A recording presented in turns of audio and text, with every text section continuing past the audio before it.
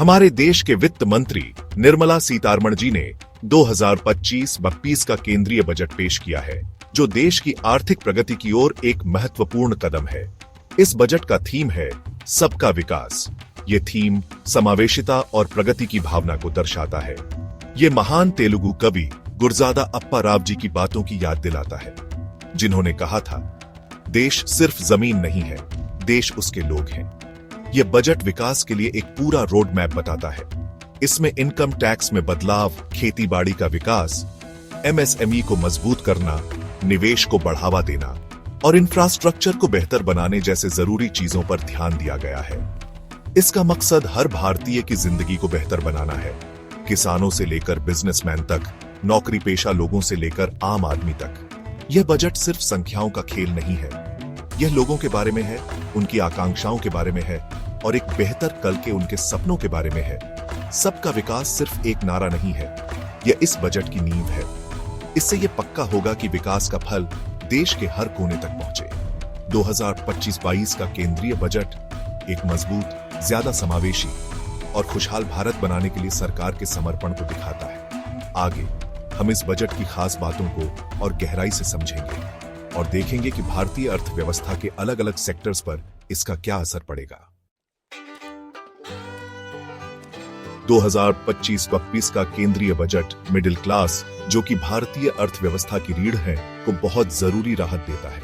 समाज के इस अहम हिस्से की आकांक्षाओं और योगदान को समझते हुए सरकार ने इनकम टैक्स में कई बदलाव किए हैं। इनका मकसद लोगों की जेब में ज्यादा पैसा देना और खर्चे को बढ़ावा देना है। सबसे बड़ी घोषणा बेसिक इनकम टैक्स छूट की सीमा को बढ़ाना है। जिन लोगों की महीने की आमदनी 1 लाख रुपए तक है, उन्हें अब इनकम टैक्स नहीं देना होगा। इससे लाखों टैक्स पेयर्स को बड़ी राहत मिलेगी और उनके हाथ में ज्यादा पैसा रहेगा। इससे वो अपने भविष्य में निवेश कर पाएंगे, अपने फाइनेंशियल गोल्स पूरे कर पाएंगे और ज्यादा खर्च करके आर्थिक विकास में योगदान दे पाएंगे। नए टैक्स सिस्टम को चुनने वाले लोगों को अगर उनकी सालाना कमाई 12,75,000 रुपए तक है, तो उन्हें कोई इनकम टैक्स नहीं देना होगा। ये स्टैंडर्ड डिडक्शन के फायदे की वजह से है। सरकार ने नए सिस्टम के तहत टैक्स स्लैब को भी बदला है, जिससे ये और प्रोग्रेसिव और बराबरी वाला बन गया है। नए टैक्स स्लैब से ये पक्का होता है कि लोग अपनी इनकम के हिसाब से टैक्स दें और कम कमाई वाले लोगों को कम टैक्स रेट का फायदा मिले। इन उपायों से लोगों का कंज्यूमर सेंटिमेंट बेहतर होने की उम्मीद है, जिससे अलग अलग सेक्टर्स में खर्चा और डिमांड बढ़ेगी। मिडिल क्लास पर इन बदलावों का अच्छा असर पक्का है, जिससे यह बजट लाखों भारतीयों के लिए गेम चेंजर साबित होगा। खेती बाड़ी, जो भारतीय अर्थव्यवस्था की रीढ़ है, को 2025-26 के केंद्रीय बजट में खास ध्यान दिया गया है। किसानों के महत्वपूर्ण योगदान को समझते हुए सरकार ने खेती की पैदावार बढ़ाने, किसानों की आमदनी सुधारने और ग्रामीण इंफ्रास्ट्रक्चर को मजबूत करने के लिए कई कदम उठाए हैं। एक मुख्य प्रोग्राम प्रधानमंत्री धन धान्य कृषि योजना शुरू किया गया है। इससे देश के 100 कम उत्पादकता वाले जिलों में खेती को बदलने का लक्ष्य है। यह योजना मिट्टी की सेहत सुधारने, पानी के सही इस्तेमाल को बढ़ावा देने और आधुनिक तकनीक तक पहुंच देने पर जोर देती है। दालों में आत्मनिर्भर बनने के लिए, जो कि एक जरूरी खेती का सामान है, सरकार ने मिशन फॉर आत्मनिर्भरता इनपल्सेस शुरू किया है। इससे तूर, उड़द और मसूर की पैदावार बढ़ाने पर ध्यान दिया जाएगा। किसान क्रेडिट कार्ड (KCC) योजना, जो किसानों के लिए बहुत जरूरी है, को और मजबूत किया गया है। सरकार ने लोन की सीमा को 5 लाख रुपए तक बढ़ा दिया है। इन मुख्य योजनाओं के अलावा बजट में खेती के लिए और भी कई कदम बताए गए हैं। इनमें सब्जियों और फलों की खेती के लिए प्रोग्राम, ज्यादा पैदावार वाले बीजों को बढ़ावा देना और कपास की पैदावार बढ़ाना शामिल है। किसानों को मजबूत बनाकर और खेती को बेहतर करके 2025-22 का केंद्रीय बजट एक ज्यादा खुशहाल और आत्मनिर्भर भारत की मजबूत नींव रखता है। छोटे और मंझोले उद्योग (MSMEs) आर्थिक विकास का इंजन है। ये रोजगार के मौके देते हैं और नवाचार को बढ़ावा देते हैं। 2025-26 का केंद्रीय बजट इनके महत्व को समझता है और इस जरूरी सेक्टर को मजबूत बनाने के लिए कई कदम उठाता है। किसी भी बिजनेस के विकास के लिए लोन बहुत जरूरी है, और बजट इस जरूरत को पूरा करता है। एमएसएमईज के लिए क्रेडिट गारंटी कवर को 5 करोड़ रुपए से बढ़ाकर 10 करोड़ रुपए कर दिया गया है। बड़े पैमाने पर मैन्युफैक्चरिंग को बढ़ावा देने और रोजगार बढ़ाने के लिए सरकार ने नेशनल मैन्युफैक्चरिंग मिशन शुरू करने की घोषणा की है। यह मिशन मैन्युफैक्चरिंग के लिए एक अच्छा माहौल बनाने, नवाचार को बढ़ावा देने और दुनिया के बाजार में भारतीय एमएसएमईज की प्रतिस्पर्धा को बढ़ाने पर ध्यान देगा। समावेशिता के महत्व को समझते हुए बजट में पहली बार बिजनेस शुरू करने वाली महिलाओं और SC/ST उद्यमियों के लिए एक खास प्रोविजन है। इस योजना के तहत 5 लाख ऐसे उद्यमियों को 2 करोड़ रुपए का टर्म लोन दिया जाएगा, जिससे वो अपने बिजनेस के सपने पूरे कर सके और देश के आर्थिक विकास में योगदान दे सके।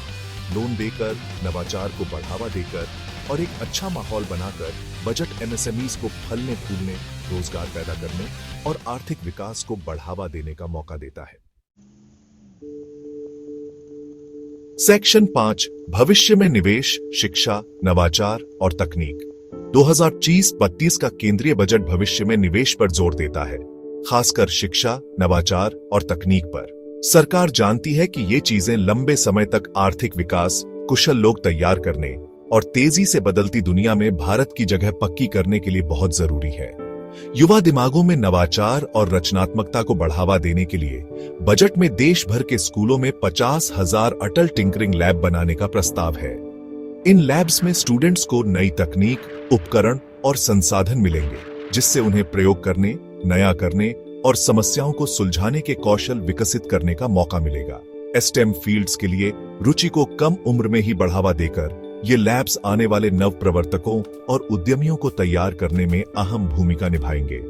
आर्टिफिशियल इंटेलिजेंस या AI की ताकत को समझते हुए बजट में शिक्षा के लिए AI में एक सेंटर ऑफ एक्सीलेंस बनाने के लिए 500 करोड़ रुपए दिए गए हैं। यह सेंटर AI में रिसर्च, डेवलपमेंट और ट्रेनिंग का केंद्र बनेगा।